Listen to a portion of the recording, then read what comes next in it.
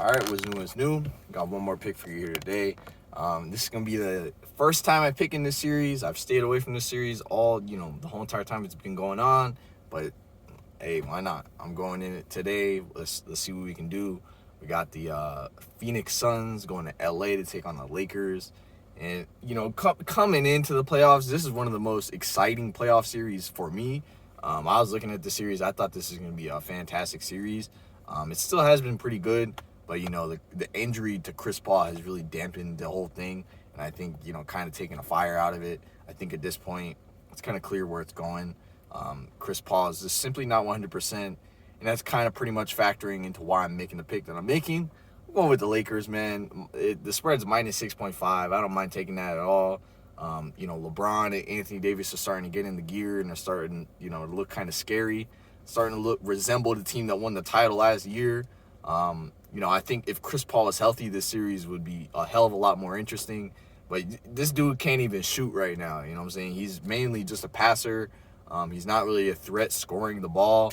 And that's, Chris Paul is a savant of basketball, you know what I'm saying? But when you're taking away the threat of scoring, it makes it harder to do everything else, like, pass and all that. So, and make plays for others, you know what I'm saying? Because if there's no threat of you scoring, all those things become much harder. So, that being said, you got Chris Paul. He's currently questionable in this game.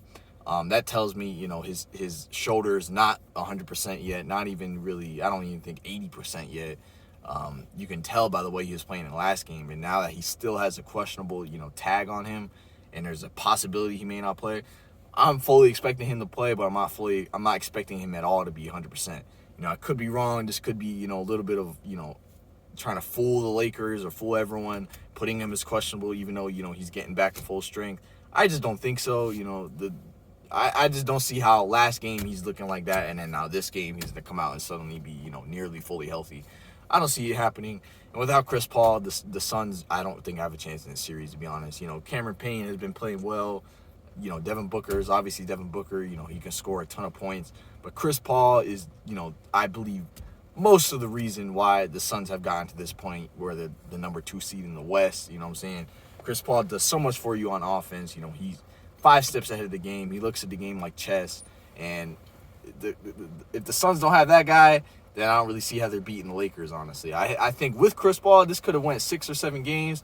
But I think at this point, with Chris Paul being like this, I'm picking the Lakers in 5 or 6 at the very most. I mean, unless Chris Paul can really heal real quick and recover and get, back to full strength, I just don't see the Suns' chances, to be honest with you. And, I could definitely see picking the revenge spot, obviously, because, the Suns have lost two of their last games to this Lakers team. But with me, it's just like, I've seen this too many times from the Lakers, you know what I'm saying? This is what they did all year last year. They lose game 1, and then they went out in 5, you know what I'm saying? This is what they're doing all last year, aside from the finals. This is how they got to the finals, essentially, is doing this same exact thing. Drop game 1, win the next 4. So, with Chris Paul not being full strength, I don't see how this doesn't go the same way. The spread kind of is big, you know what I'm saying? I could definitely see the Suns keeping this close.